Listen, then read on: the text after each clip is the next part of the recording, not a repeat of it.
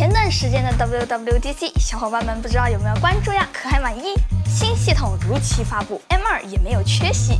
应该很多小伙伴更关心的会是 M2 的 MacBook Air 和新的 iOS 吧？如果想看的小伙伴可以扣个弹幕，到时候出个视频聊聊吧。iOS 16就更新一些母公司功能，把手表功能提上来，提供几个官方主题，确实少了点内味儿。但是 iPadOS 16，这就有意思了。如果想让我总结一下，我觉得应该这么说：苹果终于肯给 iPad 这样一台比很多笔记本电脑都要强的平板一些独立的生产力了。这次呢，我想要从一个功能说起。它真的太不显眼了，整个系统里面相关的选项只有一个开关。大概说一下，它的功能看上去很简单，就是把屏幕调成最标准的模式。估计每个打开这个功能的小伙伴都会和我一样。啊？然后呢？不过出于严谨，我还是把几台苹果的设备放在一起对比了一下。对了，小伙伴们可以看一下，如果你的苹果电脑或者是显示器上面能看到这个预制，而不是色彩描述的话，那就说明你的显示器是苹果认为的准专业级显示器。这是对比的结果。这台是 MacBook Pro， 这台是 Studio Display， 这台呢是 iPad Pro， 甚至就连亮度的几乎毫无区别。作为参考，我还拍了工作室里面其他几台显示器，他们都宣称色差不大于2，甚至不大于1，价格从2500呢到1万不等。他们的结果是这样的。我只能说差距还是相当的大，但是最可怕的是，因为12.9的屏幕是一块 XDR 屏幕，所以 HDR 的效果是这样的。和工作室其他显示器一对比，简直就是一股清流，好吧？说实话，我也是前段时间才知道 HDR 显示器原来这么群魔乱舞。当时买了一台8000块钱的显示器，好家伙，分区调光确实有，但是这也太离谱了吧喂！画面大坨大坨的乱变，简直离谱。They made a mistake. Make them understand.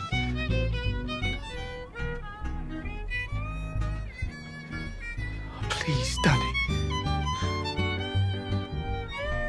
我龙母直接化身暗夜精灵，在笔记本甚至台式机显示器里面，别说同价位8000多的价格，加1倍到16000都找不到更合适 HDR 调色的显示器。这16000可没有算主机的钱哦。之前我还问了一下 Lynx 老哥的 HDR 显示器，他说是 PA32UC 叉。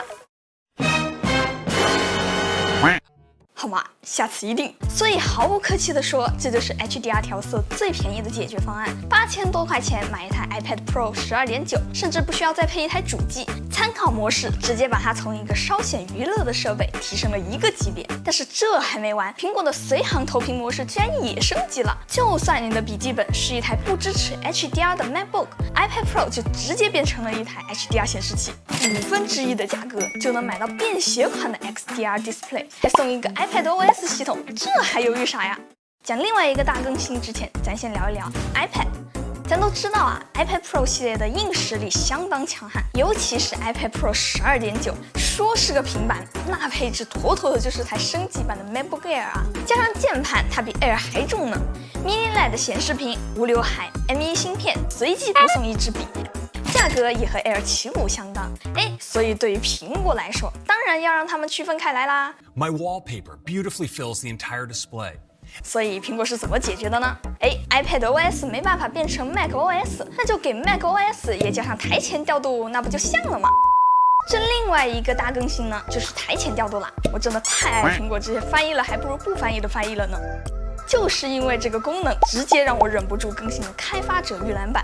我自己呢就用着一台12.9，好家伙，这么大一块屏幕，用起来跟大号手机似的。就算是3分屏，最小的那一块也比 iPhone 还要大。这个软件看不全，这个软件也看不全。如果还想更浪费一点呢，没问题，接个显示器，你就能完全理解什么叫做用没有。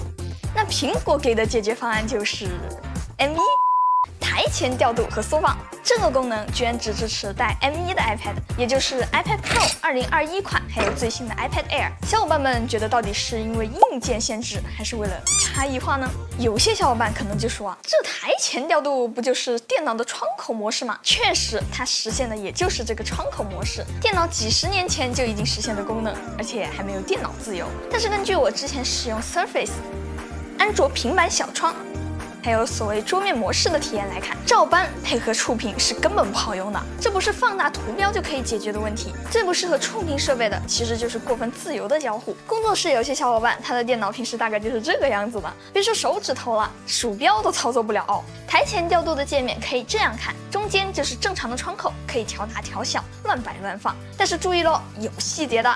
如果顶上的这个软件挡住了底下这个应用的话，底下就会主动让出来一点，方便你切换，而不需要最小化之类的操作。设计倒是挺不错的，但是现在这个自动让位，有时候旁边的空间很小很小，有时候应用多了也会挡住，不知道是不是优化没到位。调整大小的位置标得很明确，也够大，基本上没啥误触。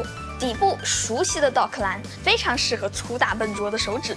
左边就是几个不同的桌面，同一个桌面最多能放4、5个应用，最多5个桌面。外接屏幕的话还可以双倍，只要4指横滑就可以在桌面之间来回切换。你别说，这切换的动画是真的丝滑。这一套下来，结合手势操作，保留大图标，又通过一些限制和设计，让整个界面即使是最乱的情况下，也不会很难触摸操作。往好了说，对于一些创作者或者是文字工作者来说，可能一台 iPad 加上一台支持 Type-C 的显示器，就已经可以完成工作了，省一台笔记本真香。当然，这个功能得连一下鼠标键盘，不一定要官方的，甚至接个拓展物也没有问题。不过我真的很好奇，在同一个界面里面显示4个以上的应用，能看得过来吗？我以我个人的用法来举个例子哦。Xmind 加微信、Safari 加 Word 已经够我写稿子用了，再多的其实也不知道往哪儿摆了。可能有些小伙伴会很疑惑，3个变成4个，而且还互相挡着，那有啥用啊？其实关键不在于多，而正是因为能重叠在同一个界面里面了。众所周知，只要经过一道门，记忆就会被清空，还真有人研究过这个东西。小伙伴们可以去搜搜门口效应，不是我一个人的问题哦。对于我来说，切换全屏界面这种操作就跟过了道门一样，挺难受的。其实生产力太难定义，也太主观了，甚至直接点说，并不是 iPad 没有生产力，而是它的生产力和大多数人并没有关系。即使是这次 WWDC 之前的 iPad， 它也一样有很强的生产力，在艺术创作、文字工作，甚至是劳逸结合方面都有不俗的表现。就比如 HDR 视频剪辑，对于相关的人来说，这片能塞进包里面的小平板，比一整套台式机还要有生产力。甚至整个 M 系列芯片就是这样一块专精的芯片。可以这么说，在苹果最在意的领域，已经几乎没有对手了，而且这个差距似乎还在不断拉大。由于篇幅受限这期视频聊到这里也就差不多了。其实还有很多有意思的东西没有机会聊到，有机会的时候再聊聊吧。iPadOS 16的各种更新确实让 iPad 的生产力更进了一步，但是它明显的更加高端化了。没有 M1 就没有办法使用到台前调度这个核心功能，甚至即使有了 M1， 没有12.9寸的 Mini LED 屏幕，也没有办法使用参考模式。甚至有了 iPad Pro 12.9 2021款，没有键鼠也不能用完整的拓展屏幕。但一定要记住，没有需求就不要创造需求，普通的 iPad 也是非常强的。好了，那么如果这期视频对你有所帮助的话，记得给我点赞、3连关注哦，这对我来说非常重要。那么我是切莉，咱们下期再见吧，拜拜。